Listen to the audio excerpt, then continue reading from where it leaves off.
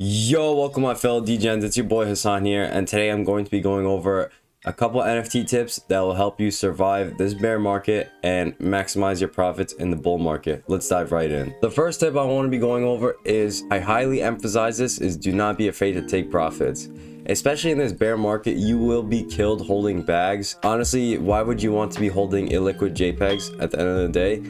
You are in the space to make money, so I highly suggest you guys to take a step back, look at how much profit you're making, seeing if you're comfortable with this range. If not, and you have an investment thesis that you want to follow and you have backing and conviction that you know the price will go higher, then that's fine, you've done your own research. But if you are up a 2x, especially in this market, I highly suggest you take profits. Obviously, there's different investment strategies that you could follow. Being up in this market, I highly emphasize you take profits. An example here is Only Snipers. This collection is a 999 supply that released in late February. This is Cool Times Alpha Pass, and it was a 0.22 mint. And as you see here, like the first day of launch, there were two passes, the silver and gold. The silver one was a 0.22 mint, and the gold one was a 0.69. So as you see here, the silver one already had a 2x off the bat and continually ran, and eventually it was almost like a 4 to 5x. I was very greedy. I did not take profits, and with all markets I've been in, stocks and crypto,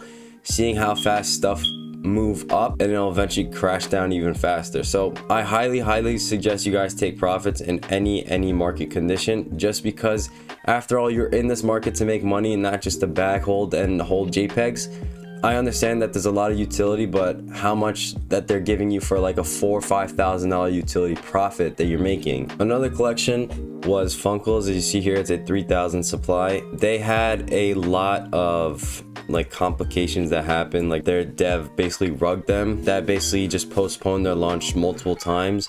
And then once they launched, it was a 0.08, and this is already up like 3-4x, and it holds steady at that range. I was just greedy. I was like, the team's gonna provide value, blah blah. And as you see here, the floor, I'm not saying the team isn't doing anything. It's just that when you're making profit, especially in this market, how volatile everything is, I highly emphasize this, you should take your profits. At the end of the day, like I always say, you're here to make money, and why would you not want to make money? I'd rather hold ETH as a long-term investment because there's so much more backing rather than just a JPEG. So the second tip I have is having an investment thesis.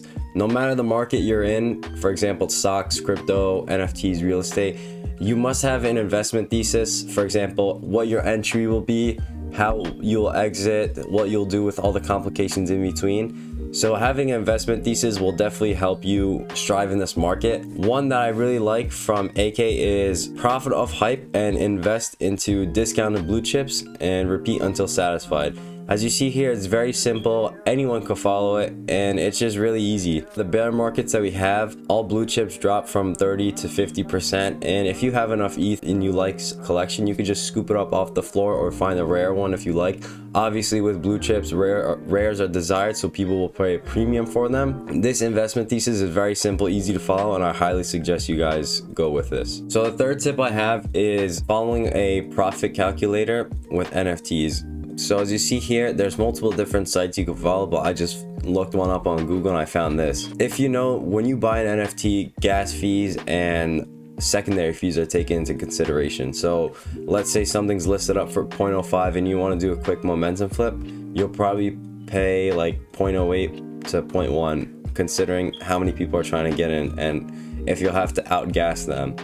So let's say you want to buy something for 0.1, right? And you want to sell at 0.25, and the royalty is 10 and you pay 0.02 in gas. So if you were to sell at 0.25, you would be a profit of 0.09.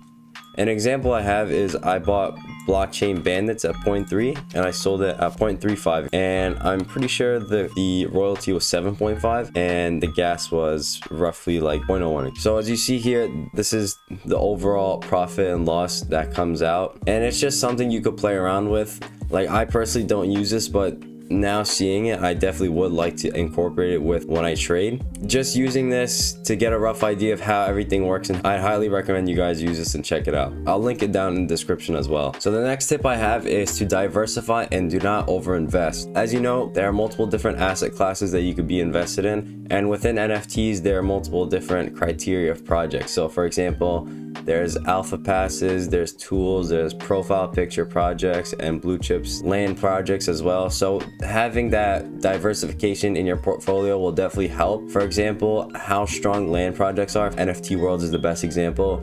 It's been holding very steadily at, I'd say, roughly like 9 to 10 ETH floor. Having multiple different projects in your portfolio is a necessity, and not just having like just memes or DGen plays in your portfolio, because after all, not DGenning most of the time and actually investing into quality projects is highly recommended, especially in this bear market now and how everything is discounted. I'd highly recommend you guys scoop up some blue chips and diversify your portfolio. The next tip I want to be going over is how art really doesn't matter, and it's what's the utility behind the project. An example here is Creature World, and shout out to Bentaboy for bringing this up in his video.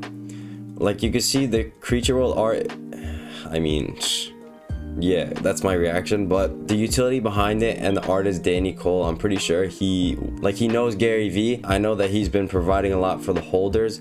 I don't know too much about the project, but as you see here, they have had a lot of volume traded, and they peaked at around like almost 2 ETH basically. And it definitely is a factor, but it's not everything. It's mainly the utility. So that's why when a lot of influencers say who's the team, what's their track record, what have they done, like what are they trying to utilize for the project, that's what they mainly focus on, not just the art. The art could be the coolest thing in the world, but the utility could be dog shit. So definitely, if you have a chance, reach out to the team, reach out to the founders, see if you can get a hold of them, talk to them about what their utility is, all that. Based on that, you could do your own judgment on the project. The next tip I have is do not splurge after having a huge win. For example, let's say you get an amazing trade and you profit like 5 ETH, right? With that 5 ETH, I highly recommend you guys send it to a ledger or invest in a blue chip rather than just buying random shit or FOMOing into DGen plays. After all, you will get wrecked and you'll just lose your money in the snap of your fingers. I personally find it that just playing with a little and building that up, and then playing with a little, just building it like that, is a lot easier, but it's different for everyone. But I highly suggest when you guys have a lot of ETH, do not FOMO into stupid shit, and don't be stupid with your money. The next tip I have is getting into reputable or favorable alpha groups. Getting into like very reputable people such as influencers who have a lot of backing in this space,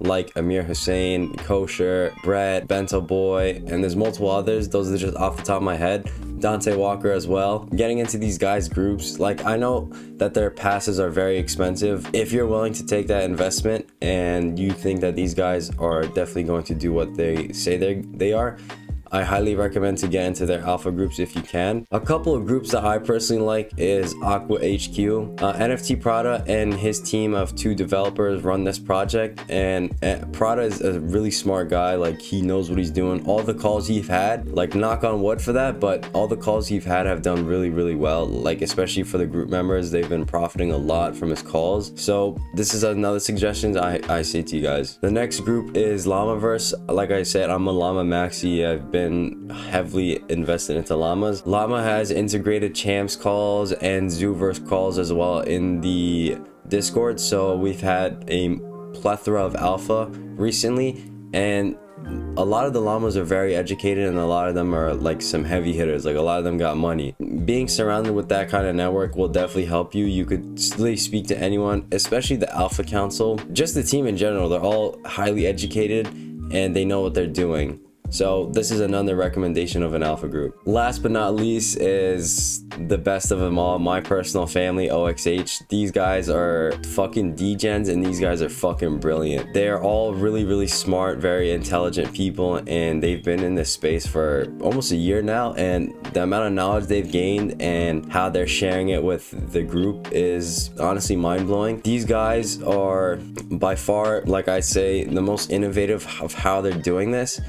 It's a very, very, very, very tight-knit community, so everyone basically knows each other, and it's like I don't even know how to explain it. It's just like once you're there, you're with family basically, and that's what they're trying to display with their community. So unfortunately there's no entry with them, but definitely along the road there will be, and I'm not going to say anything, but just follow their Twitter and keep their post notifications on. The last and final tip I have is a couple tools you could use and implement in your NFT trading. So the first one is Compass. This used to be a free tool, but now they've obviously made a pass, and it's sitting at a 0.46 ETH floor. NFT Nerds is one of the highly used tools in the space, and it's very expensive. It's a high premium, but you could either buy the pass for lifetime usage or get the monthly fee, which I think is like 0.15. Another tool that just recently dropped is Alpha Sharks. This is the cheapest one at the moment, and I highly suggest it.